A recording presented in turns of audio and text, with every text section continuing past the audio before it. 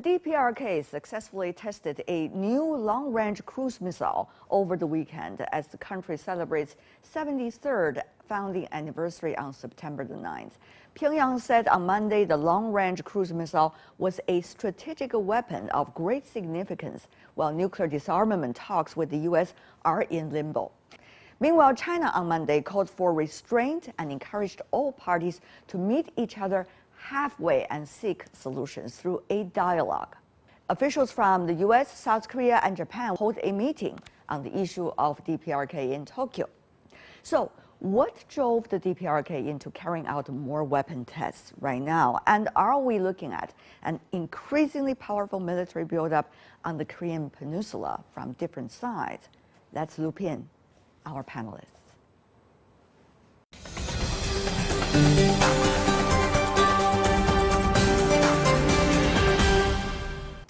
On the list is with DPRK in Washington, D.C., Jenny Tang, Senior Fellow from the Stimson Center and Director of 38 North. In Washington, D.C. as well, Sharon Squassoni, Research Professor at the Institute for International Science and Technology Policy with the Elias School of International Affairs at George Washington University. In San Francisco, Ki-Yun Chang, Professor of Kim Il-sung University in Pyongyang at DPRK. Now he's also serving as the adjunct professor from Korea University in Tokyo. Last but not least, in Beijing, Zhao Tong, Senior Fellow with Carnegie Tsinghua Center for Global Policy. Ladies and gentlemen, what a pleasure to see you. It's been a long time. But the topic that we're discussing today is always relevant. Ms. Tao, what do you make of the latest announcement made by the DPRK? It's interesting, first of all, that this was a test that wasn't reported by outside external governments. So the only information that we have to go on is what the North Koreans have reported themselves about this new long-range cruise missile. How much we believe the actual statistics of what they sent out is, I think, a little bit unclear yet, especially with only the 2 photos that they released. But I think the bigger point here is that, you know, North Korea is clearly demonstrating that it's moving forward on the agenda that it set out at the 8th Party Congress in January. There were a number of different goals that it made for its nuclear program and its missile programs, and I would expect to see more of this in the coming months as well. Very interesting. Professor Squassoni, your take? As Jenny mentioned, we don't have a lot of corroborating evidence now, but, you know, North Korea has had cruise missiles. It's had some pretty sophisticated cruise missiles, but not such long-range missiles. You know, the question is this a game changer for the United States and for the region?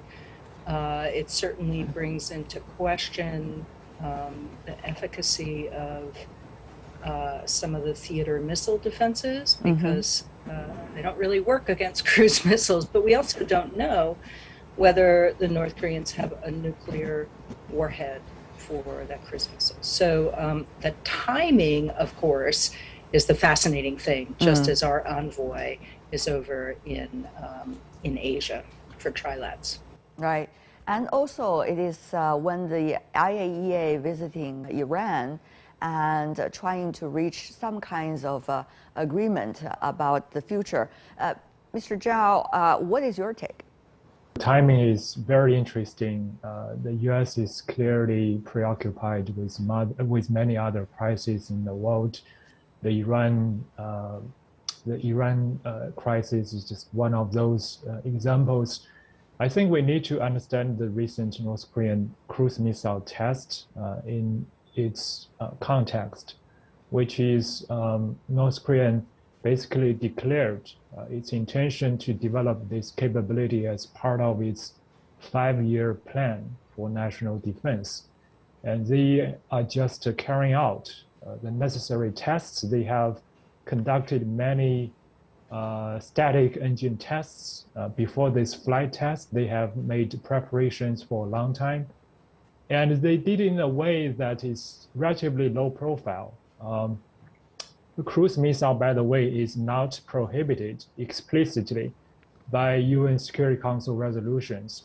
So, which means North Korea did not directly violate any international law for doing so. And Kim Jong-un was absent from the testing site. And the test was reported not on the front page of North Korean official newspapers, but I think second page or something like that.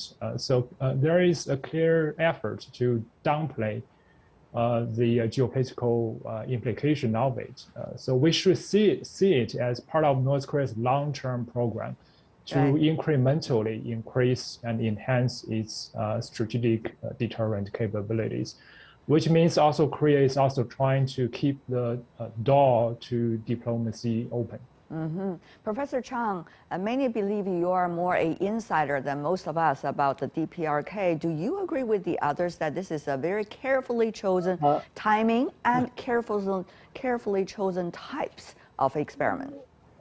I like to approach from a little bit different angle with two points. First, I do not think it's something surprising or all of a sudden stuff. They have stated on and on in their relationship to specifically United States. As we know, US is not a single ordinary country. It is the global power. And versus this tiny little isolated, divided the country, what else they can do to defend themselves from ongoing, not only a country, but also led by United States of global, including UN sanctions, ongoing sanctions. So it is I believe that as Mr. Zhao just reminded us that they downplayed what they have done yesterday. I think it is sort of a message to United States or anybody outside that they are ready to engage in dialogue. And for the sake of the peace, and not only in the Korean Peninsula, but also the whole the Northeast Asian or Eurasian continent context. Interesting. So it's a more peaceful language rather than provocative approach. Having said that, though, the things have changed dramatically, let's just say from a year ago, geopolitically speaking, pandemic and the priorities, Afghanistan, for example. And how do you see, from Washington's perspective, Professor Squassoni, that where the DPRK is and where is the nuclear issue with the DPRK? That's a great question. Clearly, President Biden has a lot on his plate. I don't know how, well, I'm sure your listeners know the political turmoil that the United States has been in for a few years. So there's a big domestic agenda, there's Afghanistan, there's Iran. That said, the Biden administration appointed one of the most experienced diplomats in this, Sung Kim, as our special envoy. That's a very positive thing. He has said, anytime, anywhere, no preconditions, we want to talk to you. And those, offers or, gestures have been rebuffed so far. I would never rule out the possibility of an opening. And the fact that, this test was not very provocative. It just wasn't. They could have tested a lot of other things. And so, and especially coming on the heels of this recent military parade where there wasn't a lot of hardware on parade, it was more about civil defense and those kinds of things. I think that, the U.S. should follow up. The problem is, it's hard when you're not able to talk directly. So we need to open those channels. Well, negotiations are about that, isn't it? The reason why people want to come into negotiations, there's always give and take. So, Ms. Tang, do we know what is on the table?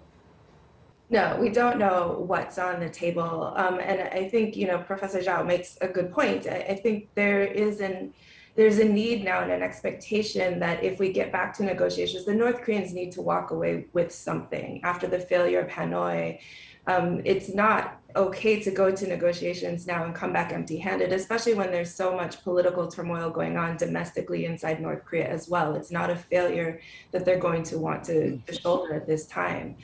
I do question, though, whether this test was signaling to the U.S. or more of keeping it low key for the sake of not wanting more sanctions at this point in time as well. I think, if you're looking at signaling to the U.S., I think the signal is really that that they had set goals at the beginning, that they're moving forward with them. They're not waiting around for the U.S. To see what the U.S. will come up with. And if the U.S. wants to change that calculus, it's going to have to put something concrete on the table. Because I think otherwise there's really no appetite to come back at this point in time until there is an expectation that something can be gained in the short term. And instead that they're going to continue to move forward. Professor Chung, Ms. Tao mentioned about the internal complexity inside the DPRK. Now, from your perspective, how much is there when it comes to the attitude toward the United States? How much do you see the division, even though there's a supreme leader that has a final say in DPRK? So again, 2 points from somewhat not mainstream background point of view. First, internal, many say from outside, that there are still divisions within the DPRK political or military, the structure that has not been proven to be true, that sort of understanding of the DPRK. In fact, if DPRK has not been in, I would say, a amazing unity among themselves, they might have already gone from the face of the earth. Within that isolated, and I mean, literally isolated from whole world. And so that means they are ever more, in my reading, in my inside reading, they are ever more united around the national leadership. Why do we not look at the whole US-Korea situation, not from the typical point of view we've been talking about whole 70-some years, but from a different angle, such as who is here, who is the real power, who is the, I would say, aggressor, or who can make change in this stalemate for over 70 years without dropping, as they say, publicly, repeatedly say, unless US drops the anti-DPRK policy, they will not engage in any further talks. We saw the US administrations out of various reasons, internal and foreign policy-wise, practice the strategic patience during the Obama administration, which President Biden also served in, and which almost means that there's not much interaction at all, and DPRK is not on priority.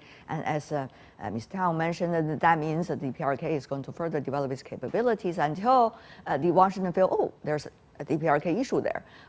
So, Mr. Zhao, are we seeing a repetition of somewhat similar logic, what's going on now, compared to the Obama administration?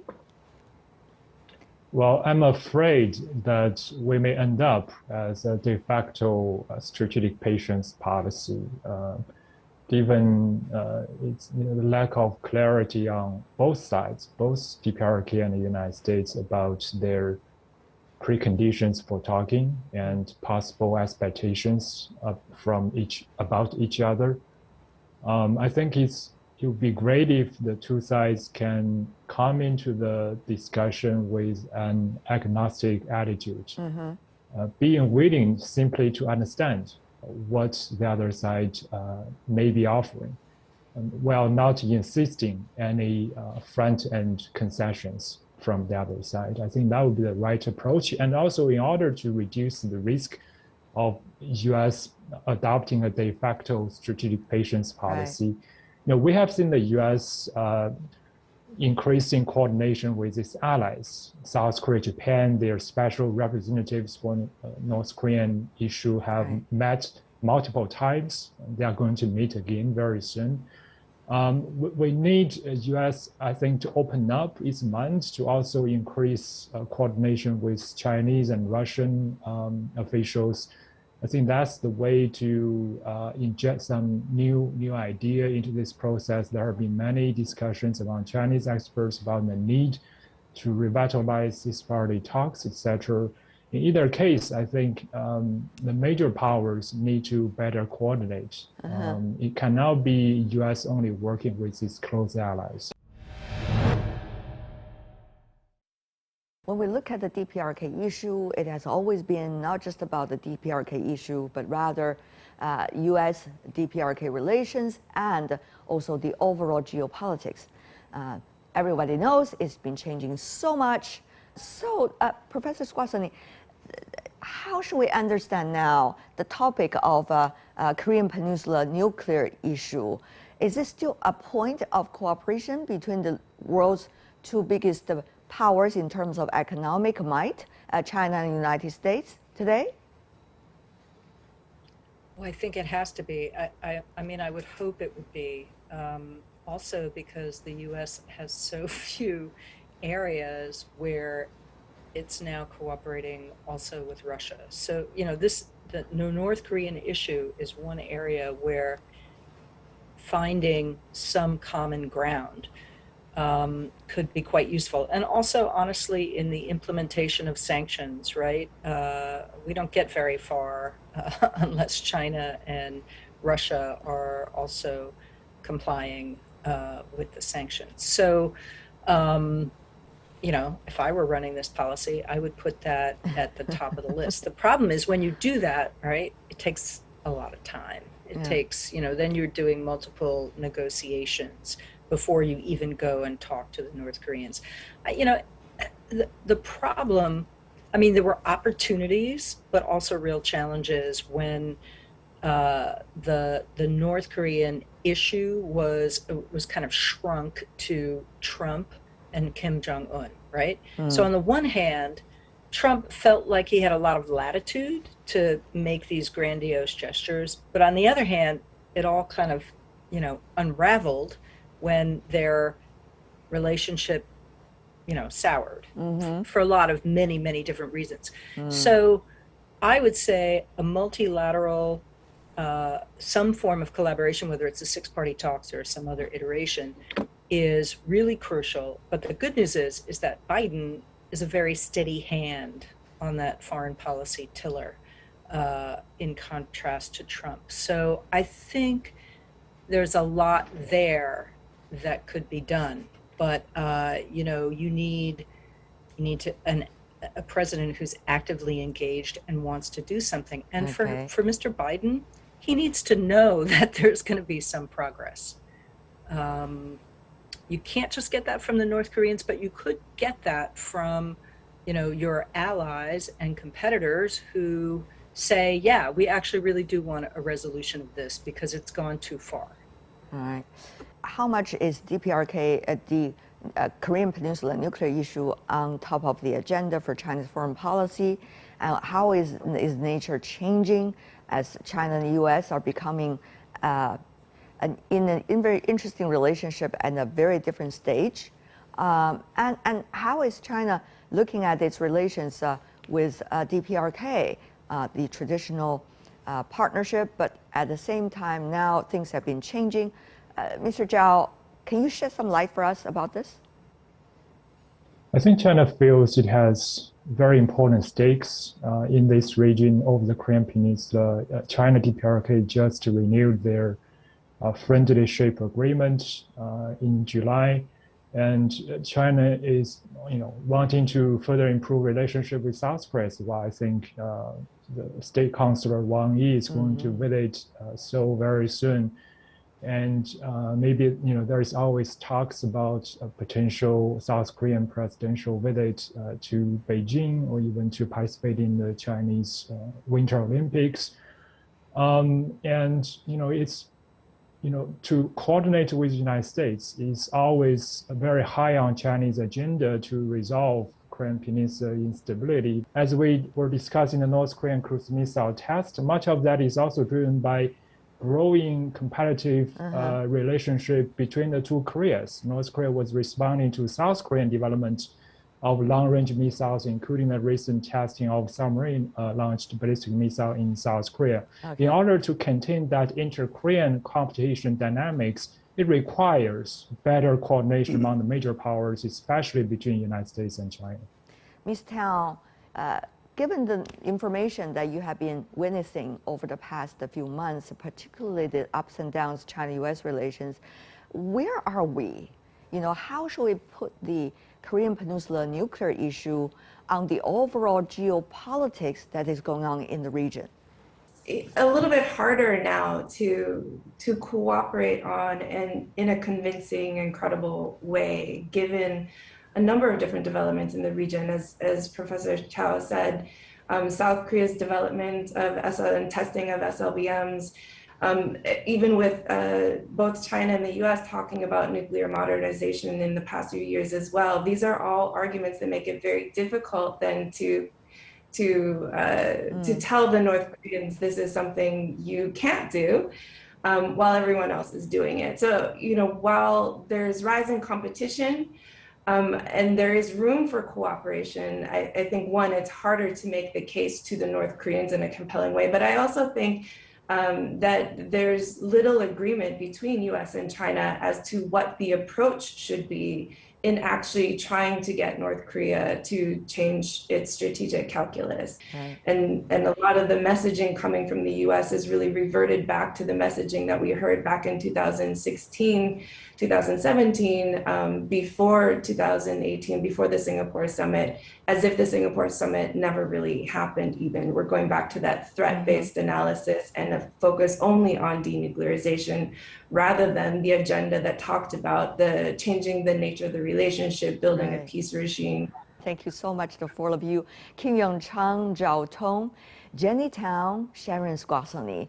Thank you so much, every one of you. Really appreciate it. Thank you.